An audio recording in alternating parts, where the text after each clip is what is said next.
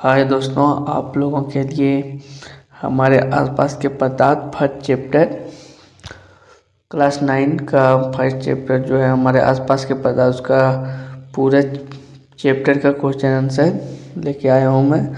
मेरा चैनल का नाम बेसिक बाय मुकेश सर है। आप लोग मेरे चैनल को सब्सक्राइब कर लें, अपने दोस्तों के साथ भी शेयर करें और अच्छे से पढ़ाई करें। मेरे चैनल को सब्सक्राइब करके रखें। चलिए देखते हैं पहला क्वेश्चन साइंस का फर्स्ट चैप्टर। संसार की सभी वस्तुएं जिस सामग्री से बनी हैं उसे वैज्ञानिक उसे पदार्थ कहते हैं। वे वस्तुएं जिनका द्रव्यमान होता है और स्थान आयतन घेरती हैं तो हम उसे पदार्थ कहलाता है या कहते हैं। मैं शॉर्ट में बता दे रहा हूँ। प्राचीन भारत के दार्शनिकों ने पदार्थ को पंचतत्व वायु, पृथ्वी, अग्नि, जल और आकाश से बना बताया और पदार्थ को उन्हीं 5 में वर्गीकृत किया था। सभी पदार्थ कणों से मिलकर बने होते हैं। पदार्थ के कण अत्यंत सूक्ष्म होते हैं। पदार्थ के कणों के बीच रिक्त स्थान होता है।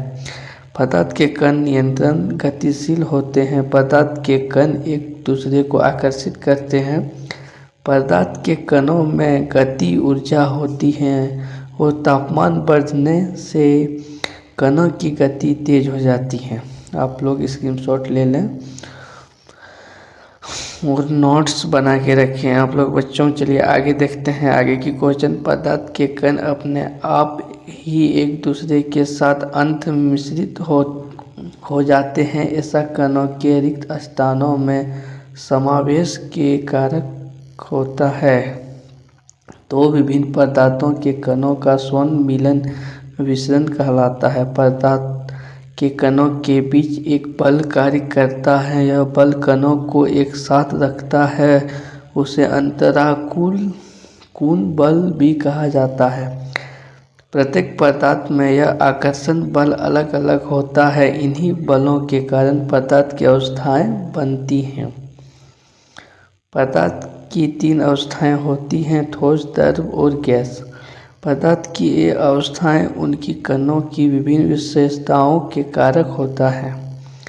बल लगने पर ठोस टूट सकते हैं लेकिन उनका आकार नहीं बदलता। द्रव का कोई अपना आकार नहीं होता और जिस बर्तन में उसे रखते हैं ये उसी का आकार ले लेता है, परंतु द्रव का आयतन होता है।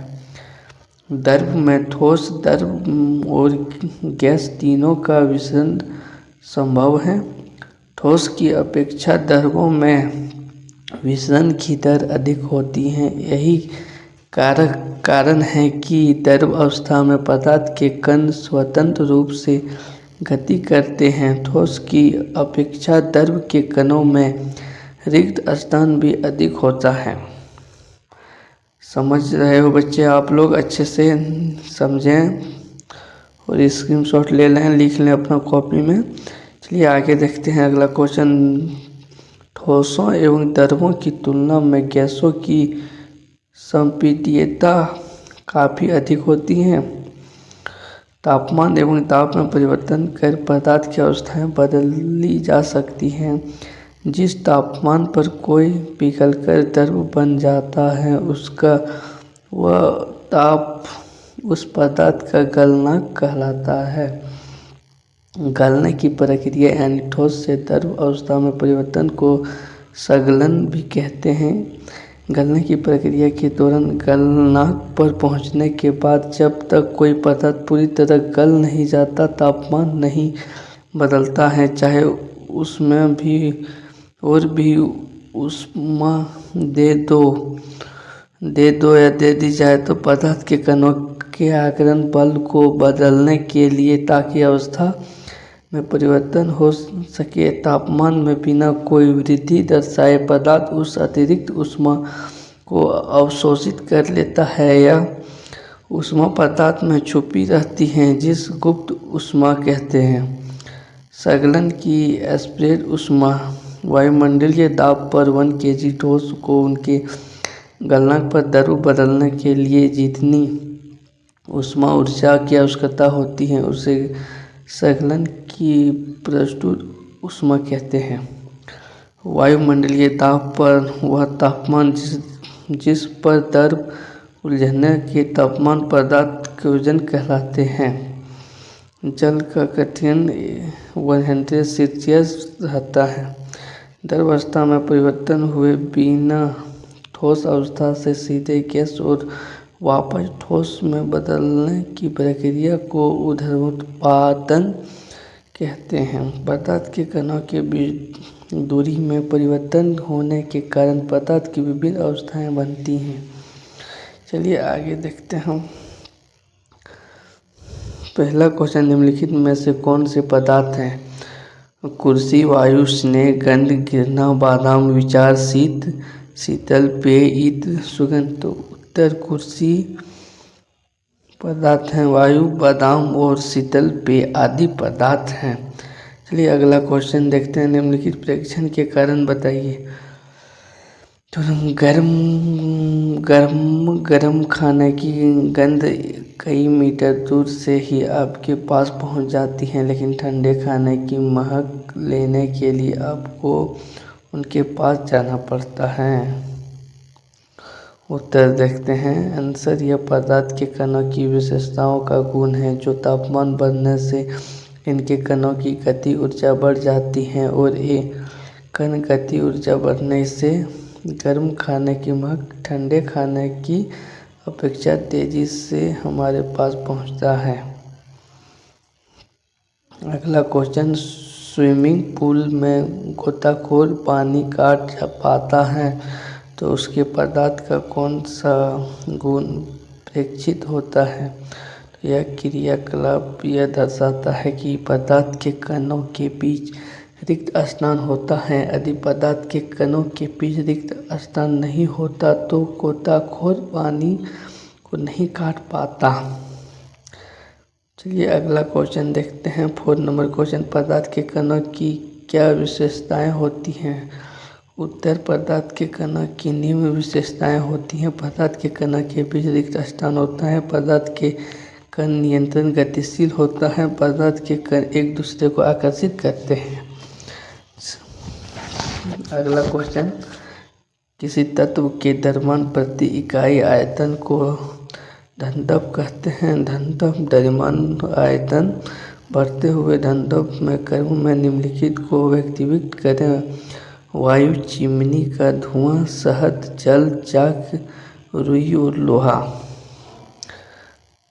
प्रश्न, विश्लेषण किसे कहते हैं?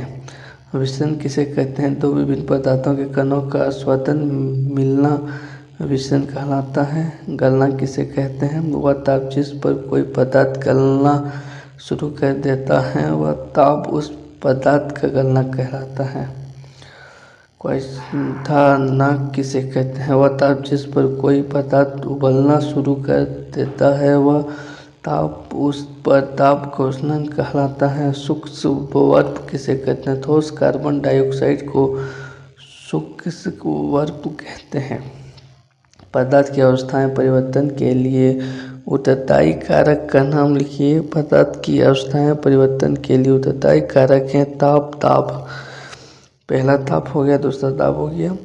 चलिए आगे देखते हैं। गुप्त ऊष्मा से आप क्या समझते हैं? अवस्था परिवर्तन के समय शिष्ट ताप पर पदार्थ के एकाक द्रव्यमान को दी गई आवश्यक ऊष्मा की मात्रा को गुप्त ऊष्मा कहते हैं। अथवा जब कोई पदार्थ एक भौतिक अवस्था जैसे ठोस से दूसरी भौतिक अवस्था जैसे द्रव में परिवर्तन होता है तो एक नियत ताप पर उसे कुछ ऊष्मा प्रदान करनी पड़ती है या वह एक नियत ताप पर ऊष्मा प्रदान करता है। किसी पदार्थ की गुप्त ऊष्मा की वह मात्रा है जो उसकी इकाई मात्रा द्वारा अवस्था परिवर्तन के समय अवशोषित की जाती है। प्रश्न, ठोस, द्रव और गैस के गुणधर्म लिखिए। ठोस के गुणधर्म निम्नलिखित हैं। ठोस पदार्थ को निश्चित आकार होता है। देख सकते हैं आंसर यहाँ दिया गया है। चलिए आगे देखते हैं। अगला क्वेश्चन, पदार्थ के कणों के बीच रिक्त स्थान होता है, उदाहरण देकर इसे समझाएं। जब हम एक बीकर में पानी लेते हैं और उसमें पोटेशियम परमैंगनेट के कुछ कण डाल देते हैं तो कुछ देर बाद हम देखते हैं कि पोटेशियम परमैंगनेट पूरे बीकर में फैल जाता है, अर्थात पोटेशियम परमैंगनेट का प्रत्येक कण जल के प्रत्येक कणों के बीच मिल जाता है, जिससे यह पता चलता है कि पदार्थ के कणों के बीच अधिक स्थान होता है। वर्षा वाष्पीकरण के शीतलता कैसे होती है? वाष्पीकरण के दौरान कम हुई ऊर्जा को पुनः प्राप्त करने के लिए द्रवों के कणों अपने आसपास से ऊर्जा अवशोषित कर लेते हैं। इस तरह आसपास से ऊर्जा अवशोषित होने से आसपास ठंडक होने लगता है और शीतलता आ जाती है। ठोस कार्बन डाइऑक्साइड को शुष्क बर्फ क्या कहते हैं? जब वायुमंडलीय दाब का तापमान एक एक्सपोनेंशियल एटीएम हो तो ठोस CO2 कार्बन डाइऑक्साइड द्रव अवस्था में आए तो बिना सीधे गैस में परिवर्तन हो जाता है। यह कारण है कि ठोस कार्बन डाइऑक्साइड को शुष्क कहते हैं। हम देख सकते हैं आंसर, गलने की प्रक्रिया के दौरान गलनांक पर पहुंचने के बाद जब तक कोई पदार्थ पूरी तरह से गल नहीं जाता तो तापमान नहीं बदलता है, चाहे उसमें और भी ऊष्मा दे दी जाए तो। देख सकते हैं इस तरह से बताया गया है। आप लोग देख सकते हैं गलनांक व तापमान जिस पर कोई गलनांक न हो, VVI इम्पोर्टेंट क्वेश्चन था।